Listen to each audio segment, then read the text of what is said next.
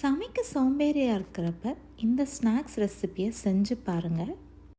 கம்மியான இன்க்ரீடியன்ட்ஸ் வச்சு குயிக்காக அதே டைம் ஓரளவு ஹெல்த்தியாகவும் இதை பண்ணிடலாம். அரிசி மாவு, தேங்காய், உப்பு இவ்வளோ தான் இன்க்ரீடியன்ட்ஸ். இந்த மூணையும் கொஞ்சம் கொஞ்சமாக தண்ணி தெளித்து மிக்ஸ் பண்ணி வச்சுக்கணும். இனிப்புக்கு நம்ம எதுவும் இங்கே சேர்க்கலை.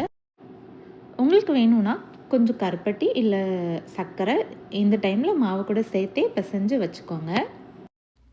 கொஞ்சமாக மாவு எடுத்து கையிலையே வடைக்கு பண்ணுற மாதிரி தின்னமாக விரிச்சுக்கோங்க. அதே டைம் தோசைக்கல்லையும் ஒரு மீடியம் டு ஹை ஹீட்டில் வச்சு சூடு பண்ணி வச்சுக்கோங்க. சூடான தோசைக்கல்லில் இதை போட்டு அப்படியே ஒரு 3-4 வாட்டி திருப்பி போட்டு எடுத்துட்டா போதும். இங்கே நம்ம எண்ணெய் எதுவும் சேர்க்கலை. ஆனால் உங்களுக்கு வேணும்னா கொஞ்சமாக கீ இல்லை ஆயில் போட்டு இந்த டைம் மேலே சேர்த்துக்கோங்க. ஆனால் அரிசி மாவுங்கிறனால இதுவே நல்லா கிறிஸ்பியாக தான் வரும். கொஞ்சம் இப்படி மேலே கருகிற வரைக்கும் மாற்றி மாற்றி போட்டு எடுத்துக்கோங்க.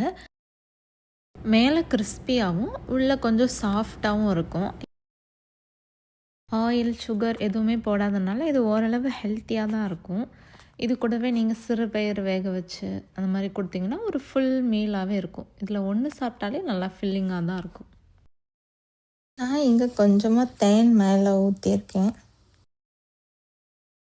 தேங்க்யூ ஃபார் வாட்சிங்.